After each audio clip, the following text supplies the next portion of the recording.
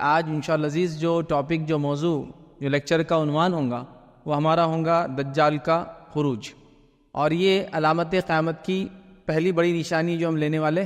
جب ہم چھوٹے تھے تو یہ بات ہم سنتے تھے کہ وہ جو ٹی وی آیا تھا نیا تو بولے ٹی وی جو ہے دجال ہے، چونکہ دجال کے بارے میں صفت آتی ہے کہ وہ ایک آنکھ کا ہوگا۔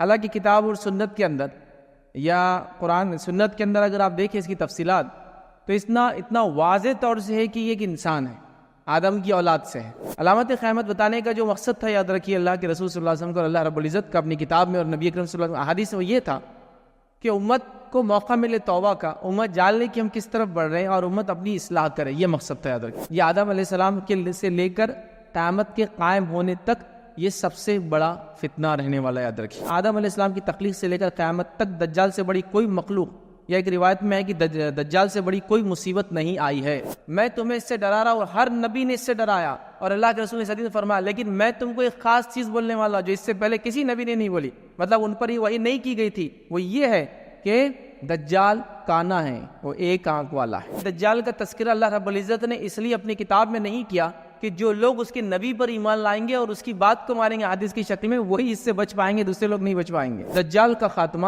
ایک نبی کے ذریعے ہی ہو سکتا ہے، یاد رکھیے۔ اللہ کے رسول نے اپنے حدیث سے فرمایا تھا، اگر میرے زمانے میں آ جائے تو میں اس کو کافی ہو جاؤں گا، اور تم لوگوں کے زمانے میں آئیں گا تو اللہ تعالیٰ تمہارے لیے کافی ہو جائیں گے۔ دجال اولاد آدم میں سے ہے، مطلب آدم علیہ السلام کے بچوں میں سے ہے، یاد رکھیے، اور اللہ تعالیٰ نے اس کو کچھ خاص طاقتیں دے رکھی ہے، وہ اس لیے دے رکھی ہے کہ اللہ تعالیٰ اس کو ایک ٹیسٹ بنانا چاہتا ہے انسانیت کے لیے۔ یاد رکھیے، دجال جب تک نہیں نکلیں گا، جب تک کہ اس کے بارے میں لوگ بیان کرنا چھوڑ دے، اس کو بھول جائیں گے لوگ، حتیٰ کہ کوئی امام بھی اپنے خطبے کے اندر اس کے بارے میں بیان نہیں کریں گے۔ بسم اللہ الرحمن الرحیم، الحمدللہ۔ رمضان کانفرنس 2024 میں آپ سبھی کا استقبال ہے۔ السلام علیکم ورحمۃ اللہ وبرکاتہ۔ الحمدللہ رب العالمین۔ اسلامک ریسرچ سینٹر IRC کی 10 روزہ اسلامی کانفرنس 2024 میں آپ سبھی کا استقبال ہے۔ الحمدللہ آج کا یہ تیسرا سیشن ہے۔ اسلامک ریسرچ سینٹر کے متعلق چند باتیں میں آپ کے سامنے رکھ دوں۔ اسلامک ریسرچ سینٹر کے تعارف آپ سبھی کے سامنے موجود ہے، آپ سب جانتے ہیں، لیکن مختصر سا میں آپ کے سامنے کہتا چلوں۔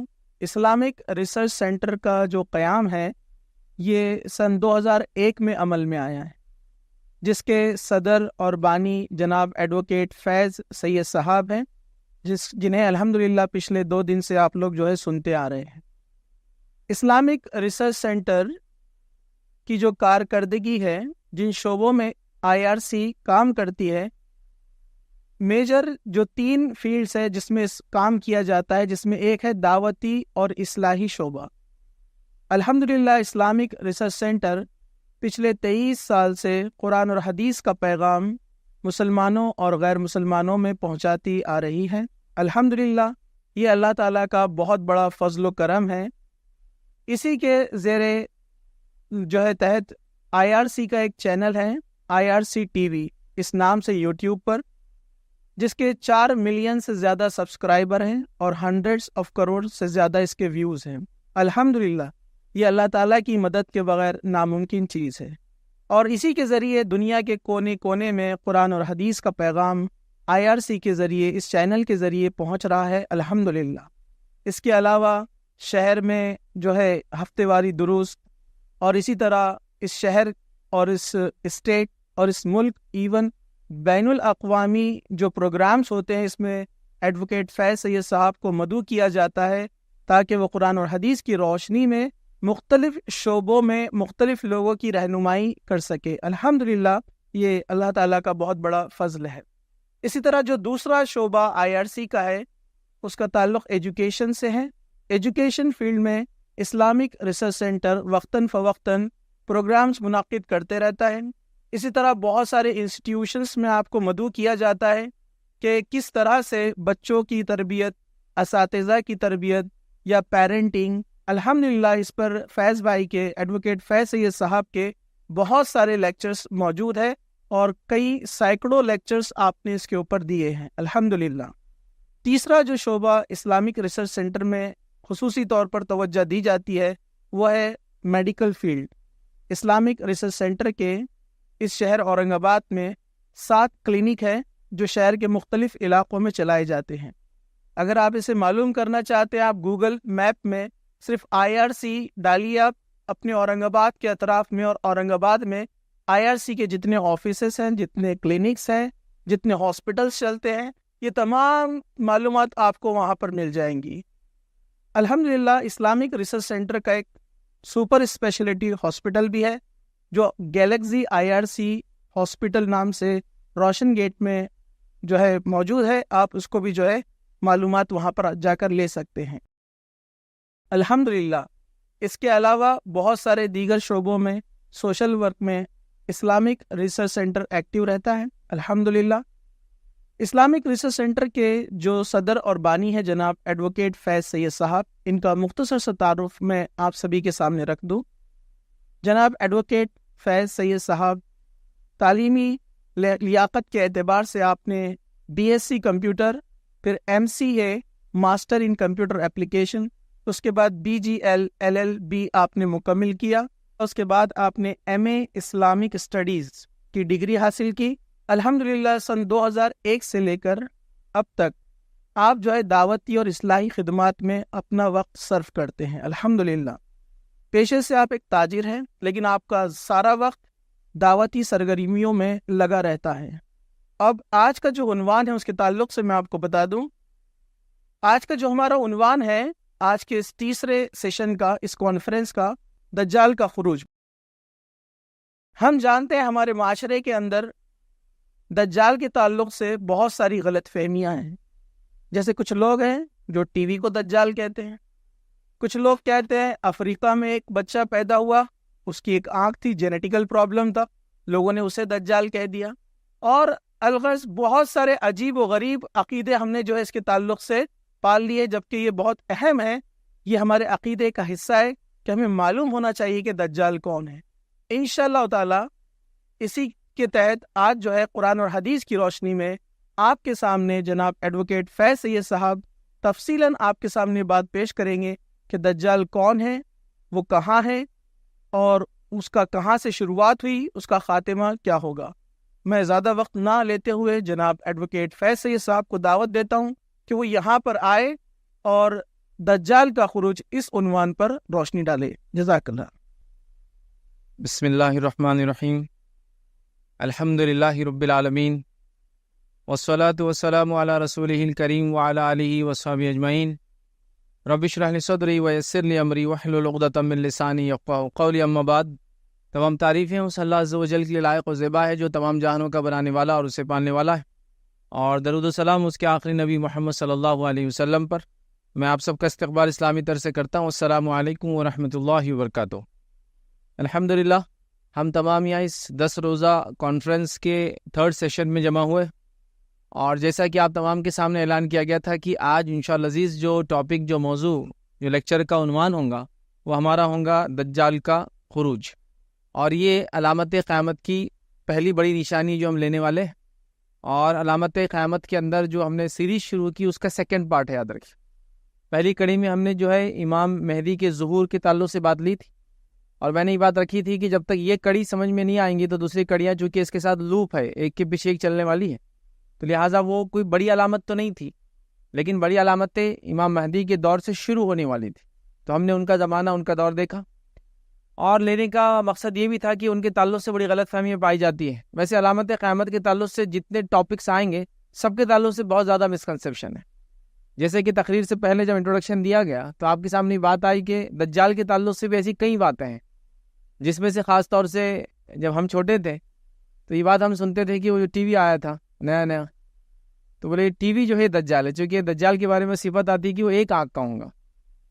حالانکہ کتاب اور سنت کے اندر یا قرآن سنت کے اندر اگر آپ دیکھیں اس کی تفصیلات تو اتنا واضح طور سے ہے کہ یہ ایک انسان ہے، آدم کی اولاد سے ہے، مطلب وہ ایک انسان ہے، لیکن اس کے بعد بھی مشینز، گیجٹس اور پتہ نہیں کیا کیا چیزیں، مطلب جو بھی آئے لوگوں نے اس کو دجال کہنا شروع کر دیا۔ اس کے علاوہ ان گنت، مطلب جو انسان جس کی ایک آنکھ خراب اور دوسری آنکھ ٹھیک ہے تو بولے یہ دجال ہے، کوئی حرکت، مطلب اتنی باتیں، اتنا جس کو کہیں گے کہ میس ہے یا اتنی غلط فہمیاں، یا جس کو عام الفاظ میں کہوں تھوڑا الفاظ سخت لگیں گے، اتنی جہالت ہے، مطلب علم نہیں ہے کہ نتیجتاً جو چیز سورج کی جیسی روشن ہے سنت کے اندر، احادیث کے اندر، اس کے بارے میں بھی اگر ہم ایسے کنفیوز رہیں گے تو پھر کیسے معاملہ چلیں گا آگے. تو بہرحال تو یہ ایک کڑی ہے، اور یہ بڑی علامت میں سے پہلی علامت ہم دیکھیں گے. کل اس کے بعد کا جو سیشن ہوگا، جو اور تھرڈ سیشن ہوگا، اس میں ہم ایک اور بڑی علامت دیکھیں گے، اور اس کے بعد عیسیٰ علیہ السلام کا نزول، اس کے بعد ایک اور بڑی علامت دیکھیں گے، اور اس کے بعد 7، مطلب ٹوٹل 10 بڑی علامتیں ہم دیکھیں گے، جس میں سے 3 کو ہم 3 سیشن میں دیکھیں گے، اور باقی 7 کو ایک ہی سیشن میں دیکھیں گے، چونکہ وہ اس کے بارے میں تفصیلات نہیں ہے، ایک 2 روایتیں وہ ایک ساتھ ہو جائیں گی انشاءاللہ. تو کل 10 بڑی علامتیں ہم دیکھیں گے، اور ایک چھوٹی علامت ہم دیکھ چکے. ٹوٹل ایسی 11 علامتیں ہم انشاءاللہ عزیز دیکھنے والے، جس میں آج ہم پہلی بڑی علامت انشاءاللہ عزیز میں آپ کے سامنے رکھوں گا. سیشن میں اس سے پہلے آگے بڑھے یہ بتا دوں کہ علامتیں قیامت کی بات ہو رہی ہے، قیامت سے پہلے کی بات ہو رہی ہے، تو چیزوں کو سنکرونائز کرنا، ترتیب میں رکھنا کہ اس کے بعد یہ ہوں گا ایگزیکٹلی بہت ناممکن ہے، یاد رکھیے بتانا، اس لیے کہ یہ قرب قیامت کی بات ہے، اور نبی اکرم صلی اللہ علیہ وسلم نے کوئی ترتیب نہیں بتائی. کچھ چیزوں کی تو بالکل ترتیب ہے، جیسا امام مہدی کا ظہور، تو پھر دجال کا خروج، تو عیسیٰ علیہ السلام کا نزول، ٹھیک ہے، اور اس کے بعد یاجوج ماجوج کا خروج، ٹھیک ہے، اور اس کے بعد پھر زمین سے جانور کا نکلنا وغیرہ. لیکن پھر اس میں بھی ترتیب نہیں ہے کہ اس میں 4th کون سی ہوں گی، 5th کون سی، 6th کون سی ہوں گی، یہ 3 ایک ساتھ ہے بس، 1 2 3.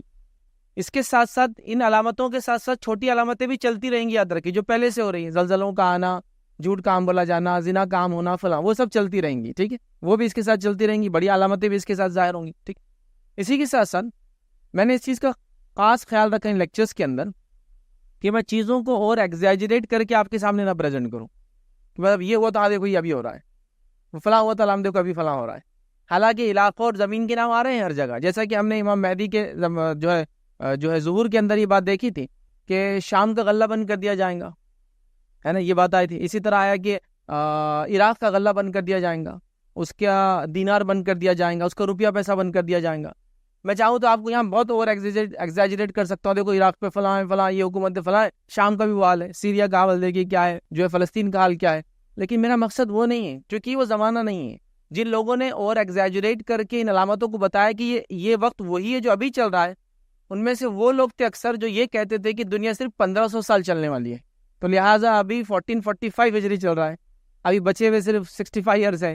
اس اعتبار سے انہوں نے ہر چیز کو سیٹ کرنے کی کوشش کی، بتایا کہ عراق میں یہ ابھی کا واقعہ ہے، اور شام کا تو یہ بالکل ابھی ہو رہا ہے. تو یہ ہوا، اس سے پہلے بھی عراق اور شام پہ ایسے فتنے آئے ہیں، یہ پہلا سال نہیں اور پہلی بار نہیں، آپ سمجھیے اس بات. تو لہٰذا میں نے چیزوں کو اور ایگزیجریٹ نہیں کیا، لوگوں کو یہ بتانے کی کوشش نہیں کی یہ ابھی ہو رہا ہے، بس یہ ایسے ہی ہو رہا ہے، یہ جب ہوگا قیامت سے پہلے ایسا ہوگا. نبی اکرم صلی اللہ علیہ وسلم یہ بات کہی تو 1450 سال ہو گئے نا، تب سے تو لوگ یہ سب چیزیں دیکھ رہے ہیں. تو اگر وہ زمانے میں اگر کوئی 100 سال بعد کہتا کہ عراق پہ جب اٹیک ہوا فلاں ہوا کہ ہمارا ہی زمانہ ہے، تو آج اس سے 1300 سال ہو گئے، اس کے بعد کیا ہوا؟ کچھ بھی نہیں ہوا. یہ آج جن لوگوں نے جھوٹے مہدی کا دعویٰ کیا اور عیسیٰ ہونے کا دعویٰ کیا، ان کے ہونے کے بعد علامتیں تو ایک کے بعد قیامت کی ایسی آئیں گی بڑی، جس کی کوئی انتہا نہیں، وہ اب تک ہوئی نہیں.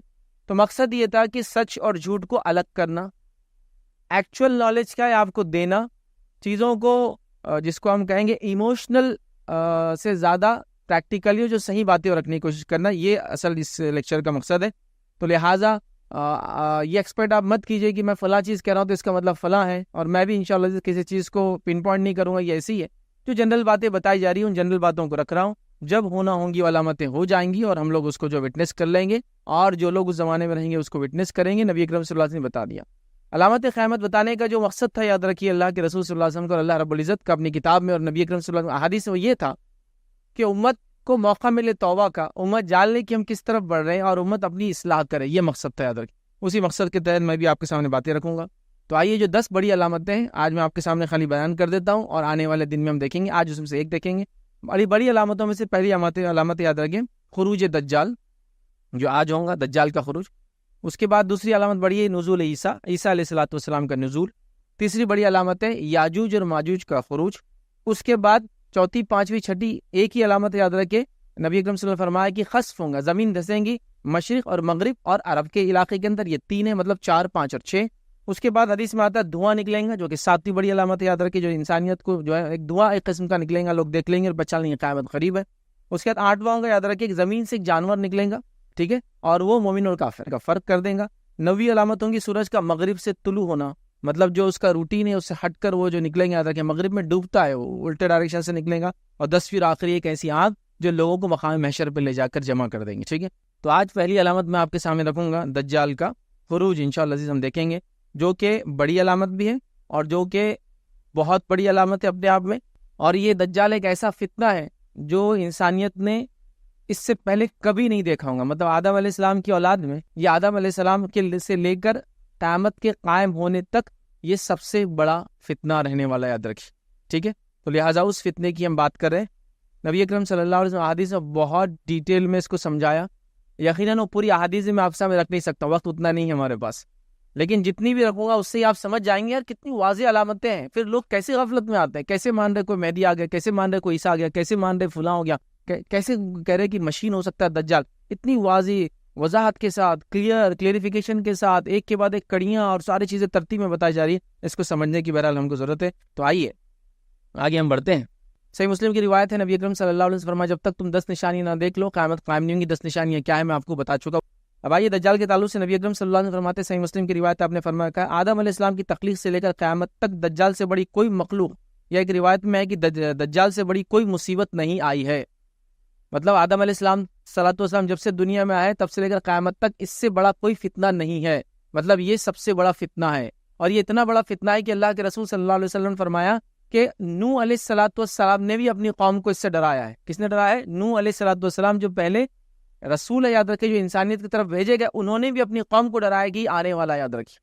نبی اکرم صلی اللہ علیہ وسلم سے کچھ روایتیں ملتی جس میں اپنے علامت قیامت جب صحابہ کو بتائی, دجال وغیرہ تمام تفصیلات بتائی, کہ صحابہ کہتے ہیں کہ جب ہم اس درس سے نکلے, اس لیکچر سے نکلے, تو جھاڑوں کی جو سرسراہٹ ہو رہی تھی, کھجور کے جھاڑ ہوتے ہیں نا, ہوا سے چلتے ہیں, تو اس سرسراہٹ کو سن کے ہم کو ڈر لگنے لگا کہ دجال نکل نہ جائے. مطلب آپ صلی اللہ علیہ وسلم نے بتائی تو صحابہ اس کو ڈر گئے. یہ ایک ریئل چیز ہے, یاد رکھیے, اس کی حقیقت ہے, یاد رکھیے. ٹھیک ہے, تو یہ سب سے بڑی, یاد رکھیے, مصیبت ہے جو انسان دیکھیں گا. اس طرح صحیح بخاری کی روایت, اس میں الفاظ یہ ہے, میں تمہیں اس سے ڈرا رہا ہوں, اور ہر نبی نے اپنی قوم کو اس سے ڈرایا, حتیٰ کہ آدم علیہ السلام نے ڈرایا. ہر نبی کا لفظ ہے, میں تمہیں اس سے ڈرا رہا ہوں, اور ہر نبی نے اس سے ڈرایا. اور اللہ کے رسول نے حدیث میں فرمایا, لیکن میں تم کو ایک خاص چیز بولنے والا جو اس سے پہلے کسی نبی نے نہیں بولی, مطلب ان پر ہی وہی نہیں کی گئی تھی, وہ یہ ہے کہ دجال کانا ہے, وہ ایک آنکھ والا ہے. ہر نبی نے اپنی قوم کو دجال سے ڈرایا, فرما رہے میں بھی تم کو ڈرا رہا ہوں, لیکن ہر نبی نے ایک بات نہیں بتائی جو مجھے بتائی گئی, اور وہ بات ہے کہ دجال جو ہے وہ ایک آنکھ کا کانا ہے, اور اللہ تعالیٰ ہرگز ایسا نہیں ہے. اللہ تعالیٰ ایسا نہیں کیوں بتایا گیا؟ اس لیے کہ دجال رب ہونے کا اعلان کرنے والا ہے. تو بتا دیا گیا کہ اللہ تعالیٰ ایک آنکھ والا نہیں, یاد رکھیے, ہم کو وضاحت کر دی گئی کیسی ایک آنکھ وغیرہ ہوں گی, آگے انشاءاللہ عزیز ہم دیکھیں گے, یاد رکھیں. اسی طرح دجال کے تعلق سے ایک سوال لوگ کرتے ہیں, جب اتنا بڑا فتنہ ہے, اتنی بڑی آزمائش ہے, تو اللہ کی کتاب میں کیوں نہیں ہے؟ جیسا کہ زمین سے جانور کا نکلنا ہے قرآن میں, دھوئیں کا نکلنا ہے قرآن کے اندر, یاد رکھیے. تو یہ علامت کیوں نہیں ہے؟ عیسیٰ علیہ السلام دوبارہ آئیں گے, اس کے بارے میں تذکرہ کیا گیا, ٹھیک ہے, تو یہ علامت کیوں نہیں ہے؟ اگر یہ اتنی امپورٹنٹ علامت ہے, اتنا بڑا فتنہ ہے, تو اس کے تعلق سے بہت زیادہ اقوال ہے. میں ان تمام اقوال کو نہیں رکھتا ہوں, لیکن علامہ ابن کثیر رحمہ اللہ کا ایک بڑا اچھا اقوال ہے, مجھے پسند آیا تو میں وہ رکھ دیتا ہوں, صرف کہ وقت نہیں ہے. وہ کہتے ہیں کہ دجال کا تذکرہ اللہ رب العزت نے اس لیے اپنی کتاب میں نہیں کیا کہ جو لوگ اس کے نبی پر ایمان لائیں گے اور اس کی بات کو مانیں گے حدیث کی شکل میں, وہی اس سے بچ پائیں گے, دوسرے لوگ نہیں بچ پائیں گے. یہ اس کی حکمت تھی جو اللہ رب العزت نے اپنی کتاب میں اس کے بارے میں نہیں کہا. حالانکہ بڑا فتنہ ہے, لیکن نبی اکرم صلی اللہ علیہ وسلم کی زبان سے کہلوایا, تو ان کی بات بڑی مجھے اچھی لگی جو انہوں نے کہا, اس لیے میں نے آپ کے سامنے رکھ دیا تھا. اب آئیے, امام مہدی کے بعد کچھ نشانیاں ظاہر ہوں گی. اب دجال جب نکلیں گا, جب امام مہدی دنیا میں ہوں گے, یاد رکھیے. اب اگر آپ سوال کریں گے ان کی زندگی کون سے سال میں آئیں گا, مجھے نہیں پتا کچھ بھی, یہ تفصیلات کہیں بھی نہیں ملتی, لیکن وہ ان کے زمانے میں آ رہا ہے. مطلب مہدی موجود ہے, وہ لیکچر ہم نے امام مہدی کے انتقال تک لیا تھا, لیکن اس کے بیچ کے پارٹ میں نے کہا تھا آج لوں گا. تو امام مہدی حیات ہے ابھی, اور دجال نکل رہا ہے. امام مہدی کے دور میں ہی فتنے پھیل رہے ہیں, کیسے کیسے فتنے وہ بھی ابھی رکھوں گا. اور اس کے بعد دجال کا لوگ انتظار کر رہے ہیں, اور جنگیں ہو رہی پوری دنیا کے اندر. اب یہ کس لیول کی جنگیں ہم نہیں جانتے, لیکن بہت جنگیں ہوں گی, ٹھیک ہے, مطلب بہت زیادہ خوریز جنگیں, اور ہر سمت میں جنگیں ہو رہی, یاد رکھیے. مطلب دنیا جو ہے ایک خاتمے کی طرف جا رہی ہے, ایک دوسرے کو ڈسٹرکشن والا دور ہے. ان کی کڑیاں کیسی وہ بھی میں نہیں بتا سکتا ہوں کہ بھائی یہ کڑی کے بعد یہ ہوں گا, ایگزیکٹلی یہ الفاظ کے بعد یہ ہوں گا, یا دونوں ساتھ ہوں گے, واللہ عالم, یا سارے فرنٹس پہ جنگیں چل رہی ہوں گی, ایک ورلڈ وار جیسا مچ جائیں گا, واللہ عالم, کچھ نہیں پتا ہم کو, لیکن ہونے والی ہے. تو امام مہدی موجود ہے, دجال ابھی نکلا نہیں ہے. امام مہدی کے دور میں جنگیں ہو رہی ہے, جنگیں ابھی ختم نہیں ہو رہی, تو دجال نکل رہا ہے. دجال نکلنے کے بعد لوگ اپنے اپنے گھروں میں چھپ جا رہے ہیں, چونکہ اس کو اللہ کے رسول نے منع کیا کوئی جا کے اس کا کنفرنٹیشن کرے. ہمیں یہ حکم دیا گیا کہ دجال آئے تو کوئی یہ نہیں کرے میں جا کے دیکھتا ہوں, اپنے ایمان کو آزمائش میں ڈالنا نہیں چاہیے, تو لوگ چھپے اپنے گھروں کے اندر, جو جائیں وہاں چھپائے. اور اس کے بعد لوگ دعا کر رہے ہیں، اس کے بعد لوگ طے کر رہے ہیں کہ بس سب برداشت کے باہر ہے، اب چلو لڑنے نکل جاتے دجال سے. اور جب لوگ لڑنے کے لیے نکلنے کا ارادہ کریں گے دجال سے تو عیسیٰ علیہ السلام کو اللہ تعالیٰ نازل کر دیں گا. چونکہ میں نے پہلے آپ کو بات رکھی تھی کہ دجال کا خاتمہ ایک نبی کے ذریعے ہی ہو سکتا ہے. یاد رکھیے اللہ کے رسول نے اپنے حدیث سے فرمایا تھا اگر میرے زمانے میں آ جائے تو میں اس کو کافی ہو جاؤں گا، اور تم لوگوں کے زمانے میں آئیں گا تو اللہ تعالیٰ تمہارے لیے کافی ہو جائیں گا. تو ایک نبی اس کے لیے آنے والے. یاد رکھیے ٹھیک ہے. تو لہٰذا امام مہدی موجود ہے، مسند احمد کی روایت ہے. علامت قیامت یاد رکھی، ایک آپ سب فرماتے ہوئے کہتے ہیں مسند احمد کی روایت میں علامت قیامت تار میں پروئی ہوئی موتیوں کی جیسا ہے. ایک دھاگے میں یا تار میں پروئی موتیوں کی جیسا آپ فرماتے ہیں. پس اگر تار ٹوٹ جائے تو موتی ایک کے بعد ایک گرنا چالو ہو جاتے ہیں. مطلب علامت قیامت جو اب ہو رہی ہے یہ دجال سے جو شروع ہو رہی ہے، آپ فرما رہے ہیں یہ ایسا ہے جیسا ایک ہوتا نا ہار وغیرہ لیڈیز پہنتے ہیں اس کے جیسا. اس کا تار ٹوٹتے کیسے ایک ساتھ گرتا ہوا، ایسا پکڑنے کی کوشش کرنے تک تو گر بھی جاتا ہے. ویسے آنے والے بہت جلدی آئیں گے کی بات. امام مہدی کا دور 7 8 9 سال کا، عیسیٰ علیہ السلام نازل ہو جائیں گے 40 سے 45 سال کا وقت رہیں گا، اور اس کے بعد یاجوج ماجوج انہی کے دور میں آ رہے ہیں، اور اس کے بعد پھر ایک کے بعد ایک علامتیں یاد رکھیں بہت جلدی آنے والی ہے. ٹھیک ہے. تو اس بات کو بھی اللہ کے رسول صلی اللہ علیہ وسلم نے حدیث کے اندر بتا دیا. اب دجال کے تعلق سے آج میں کیا کیا باتیں آپ کے سامنے رکھوں گا اس لیکچر میں، اور اس میں بھی صرف ہنٹ دیتا چلوں گا، تفصیلات میں نہیں جائیں گے. حدیث بہت زیادہ متواتر درجے کو پہنچتی ہے، لیکن ہم کچھ باتیں. پہلی چیز ہم دیکھیں دجال کون ہے، دوسری دیکھیں گے آج وہ کہاں موجود ہے، تیسرا ہم دیکھیں کیا اس سے پہلے بھی کبھی اس کو دیکھا گیا ہے، چوتھا ہم دیکھیں گے اس کی علامتیں کیا ہوں گی، جب وہ آئیں گا تو کیا حالات ہوں گے، پانچواں دیکھیں گے اس کے خروج کا سبب کیا بنے گا، وہ نکلیں گا تو کیا حالات ہوں گے. اس کے بعد ہم دیکھیں گے دجال کے بارے میں غلط عقائد لوگوں میں کیا پائے جاتے ہیں.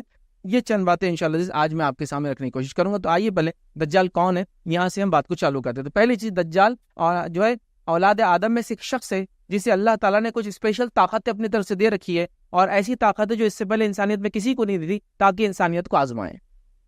تو یہاں پورا کلیریفیکیشن ہو گیا کہ دجال کوئی مشین نہیں ہے، کوئی اسکرین نہیں ہے، کوئی اور چیز نہیں. دجال اولاد آدم میں سے ہے، مطلب آدم علیہ السلام کے بچوں میں سے ہے، وہ یاد رکھیے. اور اللہ تعالیٰ نے اس کو کچھ خاص طاقتیں دے رکھی ہے، وہ اس لیے دے رکھی ہے کہ اللہ تعالیٰ اس کو ایک ٹیسٹ بنانا چاہتا ہے انسانیت کے لیے. یاد رکھیے، اور اس نے یہ کیا یاد رکھے. ٹھیک ہے. تو یہ ایک آزمائش اور امتحان ہے میرے اور آپ کے لیے اللہ تعالیٰ کی طرف سے. کیوں، کیا، کیسے اللہ تعالیٰ لوگوں کو آزماتا ہے؟ اس لیے کہ جنت بغیر آزمائش کے حاصل نہیں ہوتی. اس بات کو یاد رکھے. ٹھیک ہے. تو اس طرح سے تو واضح ہو گئی یہ انسان ہے. دوسری چیز یاد رکھے، صحیح بخاری کی روایت ہے دجال کے تعلق سے معلومات رکھنا ہم کو بہت ضروری. یاد رکھیے اس کے صفات، اس کے بارے میں معلومات رکھنا ضروری ہے. ٹھیک ہے. کسی چیز کے بارے میں علم رکھنا اس کے بارے میں جہالت سے کہیں بہتر ہے. اور صحابہ میں سے کچھ صحابہ کا یہ معمول تھا کہ وہ اللہ کے رسول صلی اللہ علیہ وسلم سے فتنوں کے بارے میں زیادہ سوال کرتے تھے. وہ اس وجہ سے کہ ایسا نہ ہو کہ اس میں مبتلا ہو جائے، تو لہٰذا دجال کے بارے میں سوال کرتے رہنا چاہیے. اور نبی کریم صلی اللہ علیہ وسلم نے اس بات کو بیان بھی کر دیا ہے کہ دجال جب تک نہیں نکلیں گا، جب تک کہ اس کے بارے میں لوگ بیان کرنا چھوڑ دے، اس کو بھول جائیں گے لوگ،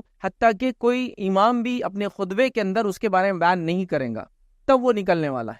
تو جو لوگ آج کہہ رہے ہیں امام مہدی آ گئے، عیسیٰ علیہ السلام کا نزول ہو گیا، میرا ان سے سوال ہے دجال کو تو یاد کیا جا رہا ہے، ابھی کتنا بڑا مجمع اس کو سن رہا ہے، اور سبوں جگہ ایسے لیکچرز ہو رہے ہیں اس کے بارے میں، تبھی سب کو یاد ہے. جمعہ کے خطبوں میں کبھی شروع ہوتا علامت قیامت تو پھر تذکرہ آ جاتا ہے نا. آپ سب کو بچے کو معلوم ہے دجال آنے والا ہے، حتیٰ کہ لوگ کسی کا آنکھ خراب ہے تو مزاحیتاً اس کو دجال بول دیتے. غلط بات ہے لیکن بول دیتے، مطلب نون ہے دجال. اب معلوم ہے لوگوں کو وہ زمانہ دجال جب نکلے گا لوگ بھول چکے ہوں گے. تو جو لوگ کہہ رہے علامت قیامت ظاہر ہو رہی ہے، چھوٹی ہو سکتی ہے لیکن بڑی کوئی بھی نہیں، سب جانتے ہیں. ابھی ہم لوگ ڈسکس کر رہے ہیں اس کے بارے میں. وہ زمانہ آئیں گے جب سب لوگ بھول جائیں گے، خطیب خطبہ دینا چھوڑ دیں گے اور وہ اچانک آ جائے گا. مطلب لوگ اس کے بارے میں فکر مند نہیں رہیں گے کہ وہ آنے والا ہے. حالانکہ نوح علیہ السلام اپنی قوم کو ڈرا رہے ہیں. اس سے آپ اندازہ لائے کتنا عظیم فتنہ ہے، کتنا بڑا فتنہ ہے. بہرحال اب دجال اس کا نام کیوں اس طرح سے پڑا وہ ہم دیکھتے ہیں. اس کا نام یاد رکھیں مسیح دجال ہے. مسیح بھی اس کا نام آتا ہے، حدیث میں کئی جگہ مسیح کا لفظ بھی ہے، مسیح دجال.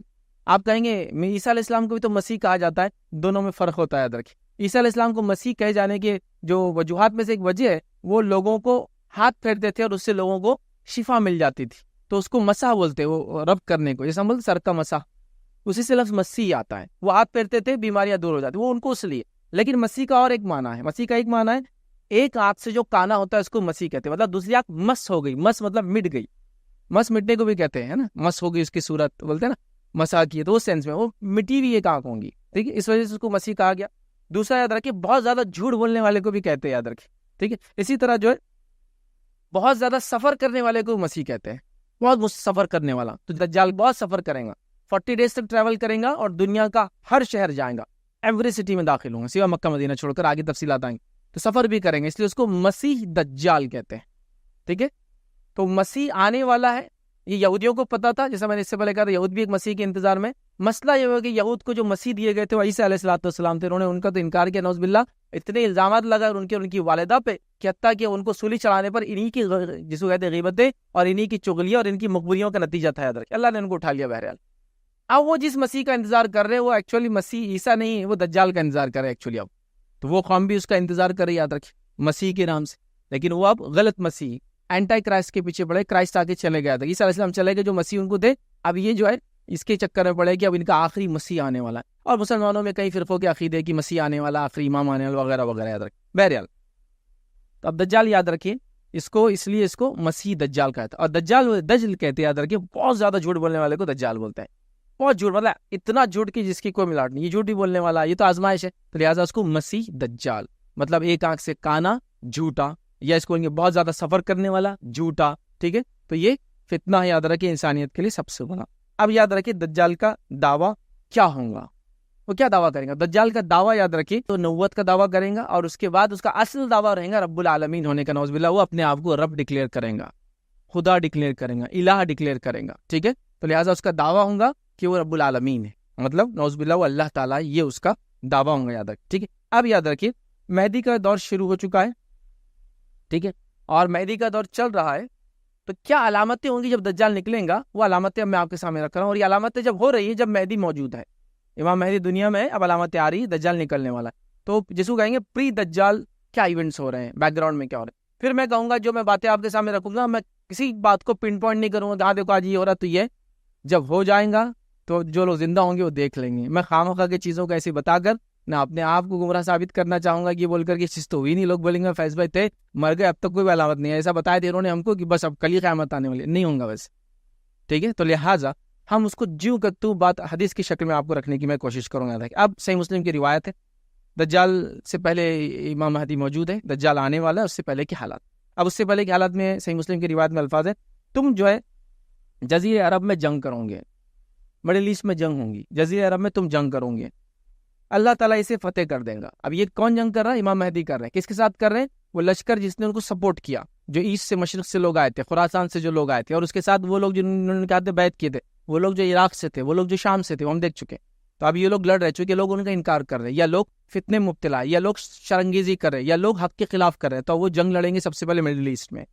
تو عرب میں تم جنگ کرو گے، اللہ تعالیٰ اسے فتح کر دیں گا. پھر تم ایران پر حملہ کرو گے، ٹھیک ہے، اور اسے بھی فتح کر لو گے. پھر تم روم پر حملہ کرو گے. یا روم سے مراد یورپ ہوتا ہے، یاد رکھیں. روم جب بھی لفظ آئیں گا یا رومی آئیں گا تو یوروپین اس کا معنی ہوتا ہے، یاد رکھیں. ٹھیک ہے، تو روم پر حملہ کرو گے، یورپ پر تم اٹیک کرو گے، اور اللہ تعالیٰ اسے بھی فتح کر دیں گا. پھر تم دجال سے جنگ کرو گے، مطلب یہ سب اٹیکس کے بعد دجال لیں گے، دجال سے جنگ کرو گے اور اللہ تعالیٰ اسے بھی فتح کر دیں گا. یاد رکھیے. اور یاد رکھیے یہ 4 جنگوں کا تذکرہ یہاں ہو رہا. تو وہ ایک عالمی جنگ ایک طرح سے چھڑی ہوئی ہے، ایسٹ ویسٹ اور نارتھ ساؤتھ سب جگہ جنگیں چل رہی ہے. اور جب یہ حالات آ رہے ہیں تب امام مہدی موجود ہے اور دجال نکلنے والا ہے تب. تو پہلی جنگ ہو رہی خود عرب کے اندر، دوسری ایران کے علاقے میں ہو رہی، اور تیسری جو ہے یورپ سے ہو رہی، اور اس کے بعد پھر دجال آ رہا ہے. تو وہ بڑی بڑی جنگیں چالو اور اس کے بیچ میں دجال آنے والا ہے. آئیے اور کچھ چیزیں وضاحت کے ساتھ ہم دیکھتے ہیں.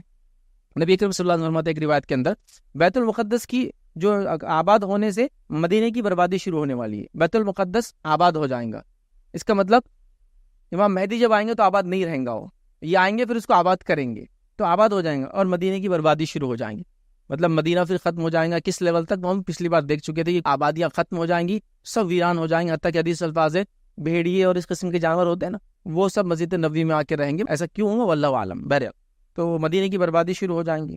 مدینے کی برباد ہوئی تو ایک عظیم معرکہ شروع ہو جائیں گا، ایک بڑی جنگ شروع ہو جائیں گی. اس کے بعد پھر فرماتے ہو جائیں گی وہ معرکہ شروع ہوا تو قسطنطنیہ فتح ہو جائیں گا. پھر جب وہ جنگ ہوں گی تو قسطنطنیہ فتح ہو جائیں گا، اور قسطنطنیہ فتح ہو گیا تو پھر دجال نکل جائیں گا. اب قسطنطنیہ کیا ہے؟ قسطنطنیہ کہتے ہیں کانسٹینٹنیپول کو، استنبول کو کہتے ہیں، یاد رکھیں، جو ترکی کا ابھی دارالخلافت کیپٹل ہے. اس حدیث سے یہ بھی پتہ چلا کہ قسطنطنیہ مسلمانوں کے پاس نہیں رہیں گا قیامت سے پہلے. تو جو لوگ کہہ رہے ہیں امام مہدی آ گئے، عیسیٰ علیہ السلام آنے والے، دجال آنے والا ہے، قسطنطنیہ ابھی ہمارے پاس ہی ہے، مسلمانوں کے پاس ہی. تقریباً کتنے سالوں سے؟ 600 سال ہو گئے تقریباً. تو ابھی وہ زمانہ نہیں ہے جو لوگ کہہ رہے ہیں کہ بس دجال آنے والا، ابھی امام مہدی آ گئے. تو جب وہ ہمارے پاس نہیں رہیں گا تبھی فتح کی بات ہو رہی، اس کو لیا جائیں گا واپس. ابھی قسطنطنیہ یاد رکھیے، استنبول جو علاقہ ہے ترکی کا، یہ ایک ایسا واحد کنٹری ہے جو دونوں بارڈر پہ ایک طرح سے یورپ اور ایشیا کی، اور اتنا حصہ قسطنطنیہ کا یورپ میں جاتا ہے، اور ریسٹ آف دا جو ترکی ہے وہ ایشیا کے اندر آتا ہے، یاد رکھیں. تو بہرحال اس کو استنبول کہتے ہیں، یاد رکھیں. تو قسطنطنیہ اس کو عربی میں کہتے ہیں، کانسٹینٹینپل. تو مطلب وہ مسلمانوں کے پاس نہیں رہیں گا. یورپ پہ جب اٹیک ہوں گا شاید اس پہ بھی اٹیک کریں گے، مسلمان اس کو جیت لیں گے. اب اس کو کیسے جیتیں گے اس کے تعلق تفصیلات یہ آتی ہے کہ مسلمان جائیں گے، بہت خورے جنگ ہوں گی، اس کے بعد وہ پھر اللہ کا ذکر کریں گے اور قلعے کا پورا چھت ڈھہ جائیں گا. اسے اللہ کے ذکر کی فضیلت بہرحال یہاں پتہ چلتی ہے. تو بہرحال قسطنطنیہ مسلمانوں کے پاس نہیں ہوں گا جب دجال آئیں گا. جنگیں چل رہی عرب میں، ایران میں، یورپ کے اندر، ساری دنیا ایک طرح سے سمجھے اس میں مبتلا. 3 کانٹیننٹ تو یہاں آئی گئے جو اس میں مبتلا، یاد رکھیں. تو یہ سارے لوگ مبتلا ہے. آپ کوئی سوال کر سکتا جو کانٹیننٹ دور ہے، آسٹریلیا کیا ہوگا، امریکہ ہوگا، یہ لوگ ویسے ہی ہر جگہ سے انوالو رہتے ہیں، اپنے اپنے وہاں سے پورے دنیا میں فتنہ کرتے رہتے ہیں. یہ سب جانتے ہیں، ہر جگہ ان کی فوجیں اسٹیشن ہے، ہر جگہ فتنہ مچاتے ہیں پورے دنیا میں. تو بہرحال ہو سکتا ہے وہ اس طرح سے کوalition میں آلریڈی موجود ہوں گے وہ سارے لوگ جن کا تذکرہ یہاں نہیں آ رہا، یاد رکھیں. ٹھیک، آئیے اسی طرح ہم آگے بڑھتے ہیں. جو ہے روایت کے الفاظ اس طرح، تم عیسائیوں کے ساتھ صلح کر لوں گے، پھر تم ایک لڑائی کرو گے، اور روم پس پشت تمہارے ساتھ غداری کریں گا.